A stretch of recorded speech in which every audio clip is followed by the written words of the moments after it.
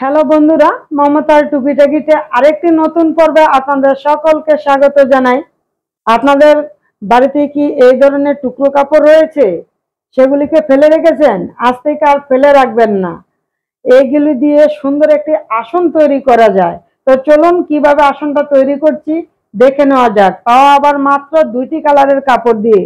এই যে দেখুন, এই একটা কালার আর এই একটা কালার, এই দুটো কাপড় দিয়েই কিন্তু আজকের আসনটা আমি তৈরি করে আপনাদেরকে দেখাবো। সবার প্রথমে যেটা দরকার সেটা হলো এই কাপড়টাকে কেটে নিতে হবে। এই যে আমি এখানে কেটে নিয়েছি। তো এই যে কাপড়গুলো আমি কাটিং করেছি, এর মাপটা কতটা আছে সেটাই দেখাচ্ছি।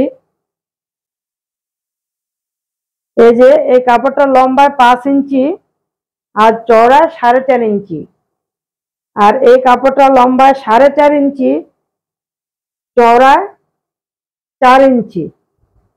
এবার আপনারা চাইলে দুটো কাপড়কে সমান সমান মাপও নিতে পারেন, কোনো অসুবিধা নেই। আমি একটু ছোট বড় নিয়েছি। এখন এই কাপড়গুলি দিয়ে আমি একটা ডিজাইন তৈরি করব। ডিজাইনটা আমি কিভাবে তৈরি করছি সেটা এখন দেখাচ্ছি। প্রথমে কাপড়টাকে আমি এইভাবে উল্টো করে রাখবো, তারপর এইভাবে 1 ইঞ্চি এইভাবে মুড়িয়ে দিব, তারপর এই একটা মাথা এই পাশে নিয়ে আসব, তারপর এই মাথাটা আবার এই পাশে নিয়ে আসব। আনার পর উল্টো দিকে ডিজাইনটা এমন হবে, আর সোজা দিক দিয়ে গিয়ে ডিজাইনটা এমন হবে। আমি আরেক পিস এটা দিয়ে তৈরি করে দেখাচ্ছি।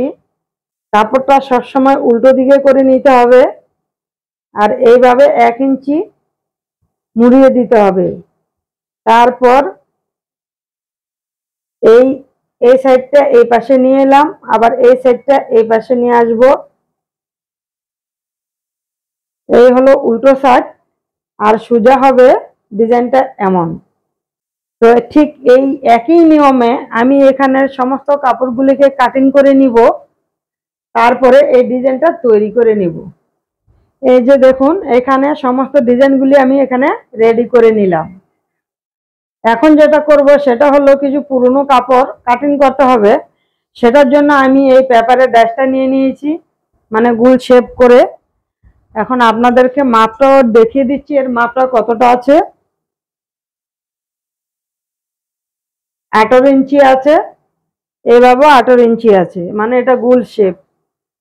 তো এই পেপারের ডাস্টার মাপে আমি কিছু পুরনো কাপড় এখানে কাটিং করে নিয়েছি। এই যে দেখুন, এখানে কিছু কাপড় কেটে নিয়েছি, আর কেটে কাপড়গুলিকে কেটে তারপরে এখানটায় আমি সেলাই দিয়ে কাপড়গুলিকে আটকে নিলাম, মানে একসাথে করে নিলাম। এর ভিতরে কিন্তু অনেক কটা কাপড় রয়েছে। তো এখন এটাকে যেটা করতে হবে সেটা হলো এর চারপাশে ঘুরিয়ে একটা পাইপিং বসাতে হবে, আর না হয় এইভাবে মুড়িয়ে এটাকে সেলাই করে ফিনিশিংটা দিয়ে নিতে হবে। তো এইভাবে আমি ফিনিশিং দেব না, এর মধ্যে একটা আমি পাইপিং বসিয়ে দিব একদম নর্মাল ভাবে। এই যে এই কাপড়টা দিয়ে আমি এই পাইপিংটা বসিয়ে দিব। পাইপিংটাকে আমি কেন বললাম যে নর্মাল ভাবে করব, সেটা বলার কারণ হলো পাইপিং বসালে কিন্তু একটা সাইড এরকম ফিনিশিং থাকে, তারপরে এই কাঁচা সাইডটা এর উপরে সেলাইয়ের মধ্যে বসে, আর ফিনিশিং সাইডটা কিন্তু ওই সাইডে চলে যায়, মানে সামনের দিকে চলে যায়। আর আমার এখানে কিন্তু আপনারা দেখতেই পাচ্ছেন দুটো সাইডেই কিন্তু কাঁচা। এটার কিন্তু ফিনিশিং এর আমার দরকার নেই, কারণ কি পাইপিংটা দেখা যাবে না। তাই আমি কোনো রকম ভাবে পাইপিংটা বসিয়ে দেবো এখানটায়, শুধু এই সুতোগুলি যেন বেরিয়ে না থাকে।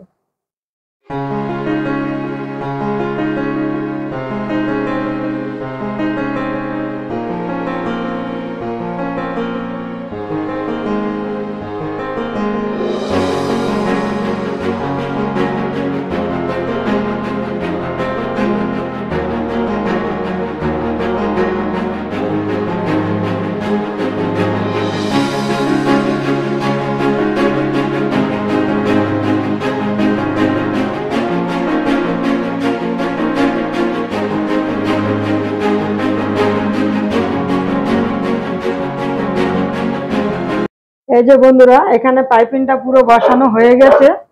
তো এখন যেটা করতে হবে সেটা হলো এই যে ডিজাইনগুলো আমি তৈরি করে রেখেছি, এগুলিকে এর মধ্যে সেট করতে হবে।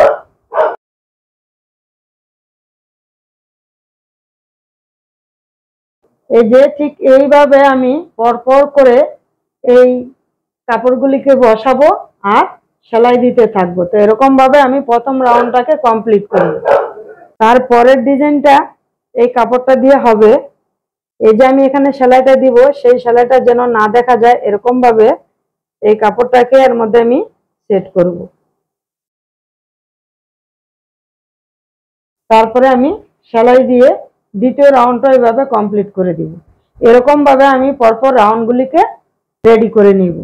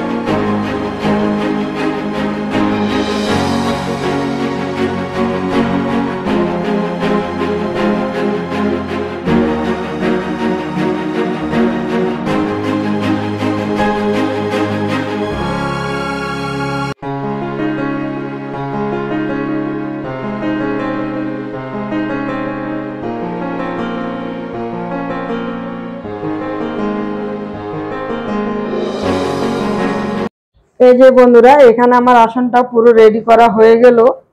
দারুণ লাগছে কিন্তু আজকের এই আসনটা। পরপর 3টে ধাপে ডিজাইনটা করা হয়েছে আর মাঝখানে এই কালারের কাপড়টা দিয়ে মেকআপ করে দিলাম। খুব সুন্দর হয়েছে। আর আজকের আসনটা কিন্তু আমার সবচেয়ে বড় একটা আসন, কারণ কি এর আগে আমি কখনো এত বড় আসন তৈরি করিনি। আজ আমি একটা বড় আসন তৈরি করে আপনাদের সাথে শেয়ার করলাম। তো আশা করি আজকের এই আসনটা আপনাদের কাছেও খুব ভালো লেগেছে। আমার কাছে তো ভালো লাগছেই। এবার আপনাদের কাছে কতটা ভালো লেগেছে আমাকে অবশ্যই কমেন্ট করে জানাবেন। আর যদি ভালো লেগে থাকে তাহলে অবশ্যই একটি লাইক দিবেন আর সকলের সাথে শেয়ার করবেন। আর আমার চ্যানেলে যদি নতুন হয়ে থাকেন তাহলে আমার চ্যানেলটাকে অবশ্যই সাবস্ক্রাইব করে নেবেন, পাশে থাকা বেল আইকনটা অন করে দিবেন এরকম ধরনের নিত্য নতুন আসন আর পাপোশের ভিডিও পাওয়ার জন্য। তো আজকের মতো এখানেই বিদায় নিচ্ছি। আবার খুব তাড়াতাড়ি আরেকটি নতুন ভিডিও নিয়ে চলে আসবো। ততক্ষণের জন্য সকলে ভালো থাকবেন, সুস্থ থাকবেন। আর ভিডিওটি সম্পূর্ণ দেখার জন্য ধন্যবাদ।